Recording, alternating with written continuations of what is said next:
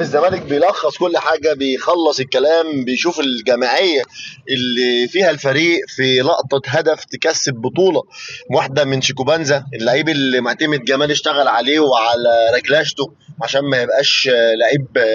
خارج السرب وغير مستفاد من امكانياته، وبنستغله في الماتشات اللي فيها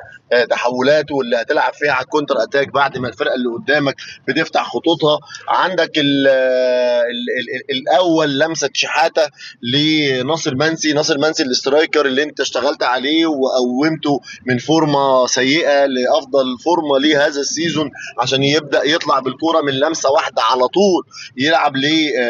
واحده لشيكوبانزا. شيكوبانزا اللي انت نزلت بيه في اللحظه اللي بيراميدز قرر فيها يفتح اللعب وينزل وليد الكارتي ويعمل تبديلين ثلاثه مالهمش لازمه من يوريتيتش عشان خاطر تبدا انت تلعب على المرتدات، فتلعب بالورقه اللي حيلتك، الورقه اللي معاك. فرقه تعاني من نقص كبير جدا في الامكانيات الفرديه وفي الاعداد البدلاء، على عكس تماما بيراميدز اللي عنده الكارتي واللي عنده حامد حمدان واللي عنده كتير جدا من النجوم على الدكه، اللي موجود منهم واللي مش موجود. بتشوف انت الاختيارات بتاعتك واختيارات ايفرتون في فريق بيراميدز، وبتشوف انت بزيرا اللي معاك اللي انت جبته ده البرازيلي الاصلي مش البرازيلي المضروب زي اللي جابه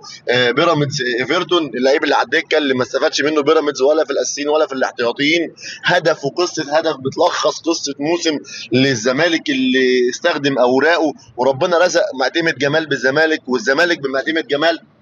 عشان هما الاثنين يقدموا سيزون تاريخي من وجهه نظر مرجعي لكل الاحداث اللي ممكن تحصل بعد كده في اي فرقه. يقول لك ما نعمل زي الزمالك 2026، هيبقى سيزون مرجعي هدف يلخص عشان يحطها بزيرا اللي حطها بيمينه بالمناسبه مش بشماله، اللي هداها في التفاصيل هياخد باله. لعيب بيلعب برجلين الاثنين، مش زيزو اللي انت كنت هتجدد له ب 60 مليون وب 70 مليون عشان خاطر ابوه في تجديد كارثي هيدمر لك اوضه اللبس. انتقل للمنافس بيلعب برجله اليمين فقط لا غير، والشمال بتاعته ميته، واليمين بتاعته برضه نقدر نقول عليها برضه ايه ميته، بتجري بس على الخطوط. لكن اختياراتك بتديك في الاخر النتيجه بهدف بزيرا اللي احنا عملناه قصه وفيلم في سكريبت كده حضرناه لحضراتكم عشان في الاخر تختم معتمد جمال في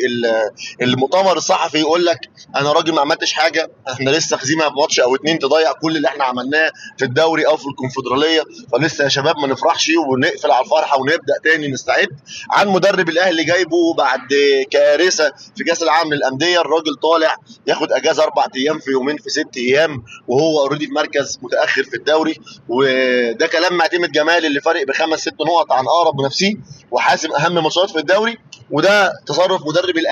الاهلي جايبه بالملايين